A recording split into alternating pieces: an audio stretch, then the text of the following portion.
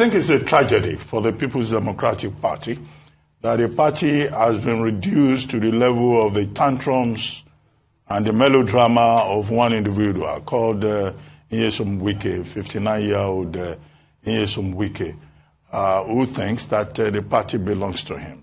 I hope that the party itself will take part of the blame, because after the 2015-2019 general elections, when everybody abandoned the party, it was Wike that stepped in there using resources. Well, I don't know where those resources came from, but he stood firm to defend the party, to keep the party alive, and to keep other members of the party at the highest level alive. And hence, he developed a sense of entitlement. And he thought, in a royalistic manner, that, the top prize, the top position in the party was meant for him. But when he was disappointed, now he's gone ahead to throw tantrums. He didn't make it to the presidential, ticket of the party. He was also pushed aside in the choice of the running mate to the presidential standard bearer, Alaji, he says we should not call him Alaji, Atiku Abubakar. Okay, so at the end of the day, here we are. So the PDP has a wicked problem. I hope that going forward, the party will learn from their own conduct, from their own mistakes, how because of stomach infrastructure, many leaders of the party more or less handed over the party to one man who developed a sense of delusion, a sense of exaggerated importance, and thought that he could lord it over other members of the party. Second, now they've had a meeting yesterday. Professor Jerry Ghana, who is one of the founding fathers of the party, says we are one. Well, that contradicts what Nyesom Wike himself pointed out in the interview that he granted at the Port Harcourt International Airport when he returned, from a trip. He said that he will talk more.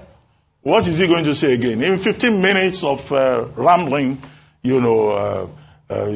protest, he said Atiku lied in an interview that he had with this station, Arise TV. Two of the interviewers are here. Okay? Now, at the end of the day, he did not debunk the lies that he imagined. I'm not defending the Atiku camp. That's not my job. I'm a journalist. Now, what did Atiku say that he addressed concretely, other than saying Atiku lied? What former Vice President Atiku said is that, look, he was given a short list, and he chose from the short list. Nobody was imposed on him. And it is his prerogative to choose his own running mate. How is that a problem? So, you ask the question, what exactly does Wike want? The other day when we discussed this matter, when he started, I said, look, Wike is throwing tantrums. They should give him lollipop. The major takeaway from that is interview at the airport is that nobody has brought the lollipop to him. So what is that lollipop that he wants? I said, when a child is crying, you pet him, you give him sweet lollipop, let him lick it. However, the more important point that I have seen is the point made by, former governor of Jigawa State, former minister of foreign affairs, Alhaji Sule Lamido, who says that, look, the party is supreme. And I hear some Wike, the governor of Rivers State, should follow the example of the likes of, former governor Peter Odili, the example of Rotimi Amechi, the example of the vice president of Nigeria today, Professor Yemi Oshibajo, and others. The Senate president, Dr. Hamad Lawan, who in failing to get the ticket have shown greater maturity. And then you have one individual in one political party just distracting everybody's attention with his own immaturity. And then in that interview, Governor Wike was trying to teach journalism. He even singled me out. Well, Governor Wike is not in a position to teach Reuben Abatti journalism. He calls it investigative journalism. Because we went to do an interview, I put it to him that we asked all the right questions. And I've been in this media space. I've been writing for the Nigerian press since 1985. I don't know where Governor Wike was at that time. And I've been on television every day since the year 2000. thanks to Professor Abatti Tome, President Goodluck Jonathan, and Prince Uduka Obagbena. Governor Wike does not have the capacity or the intellect to teach me, Reuben Abatti, journalism.